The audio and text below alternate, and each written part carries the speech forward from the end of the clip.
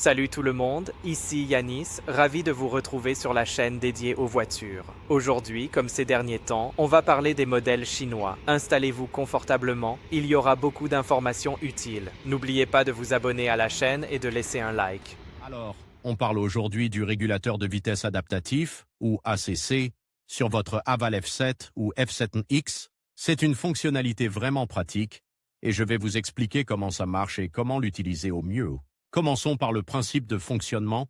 L'ACC, contrairement à un régulateur de vitesse classique, ne maintient pas simplement une vitesse constante, il utilise des capteurs radars, généralement situés derrière la calandre, pour détecter les véhicules qui vous précèdent. En fonction de la distance que vous avez programmée et de la vitesse de la voiture devant vous, l'ACC ajuste automatiquement la vitesse de votre aval. Si la voiture devant vous ralentit, votre F7 ou F7X ralentira également, et inversement, si la voie est libre, il accélérera jusqu'à atteindre la vitesse que vous avez définie. C'est un système vraiment intelligent qui vous aide à maintenir une distance de sécurité et à conduire plus relax. Il faut bien comprendre que l'ACC n'est pas un système autonome.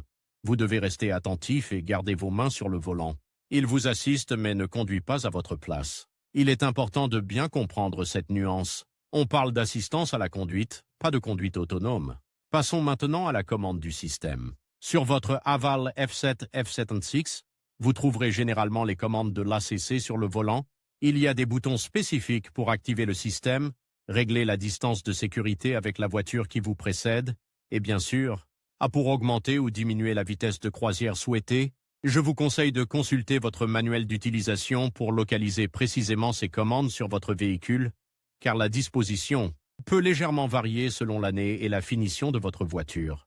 Prenez le temps de bien comprendre le fonctionnement de chaque bouton avant de vous lancer sur la route. La sécurité est primordiale. Enfin, parlons de l'augmentation et de la diminution de la vitesse. Une fois l'ACC activée et la vitesse de croisière réglée, vous pouvez augmenter ou diminuer cette vitesse à l'aide des commandes au volant. Il y a généralement des boutons « plus » et qui vous permettent d'ajuster la vitesse par incrément, souvent de 5 km/h. Vous pouvez aussi désactiver temporairement l'ACC en appuyant sur la pédale de frein ou en utilisant un bouton spécifique sur le volant. Le système se réactivera automatiquement une fois que vous aurez relâché la pédale de frein et que vous aurez repris la vitesse de croisière définie. N'oubliez pas que le système peut se désactiver automatiquement dans certaines situations, comme en cas de faible visibilité ou si le système détecte une anomalie. Dans ce cas, un message d'avertissement s'affichera sur le tableau de bord. Il est important de rester vigilant et de comprendre les limites du système. L'ACC est un outil formidable, mais il ne remplace pas votre vigilance et votre responsabilité en tant que conducteur. Alors, on parle aujourd'hui du régulateur de vitesse adaptatif, ou ACC, sur votre Haval F7 ou F7X. C'est une fonctionnalité vraiment pratique, mais il faut bien comprendre comment elle fonctionne pour l'utiliser en toute sécurité. Commençons par l'accélération temporaire et l'annulation de la vitesse programmée. Imaginez que vous roulez tranquillement à 100 km/h grâce à l'ACC et que vous devez dépasser un véhicule. Vous n'avez pas besoin de désactiver complètement le régulateur. La plupart du temps, une simple pression sur la pédale d'accélérateur suffit pour reprendre le contrôle manuel de la voiture. L'ACC se désactivera temporairement. Dès que vous relâchez l'accélérateur, le système reprendra la vitesse programmée, simple et efficace.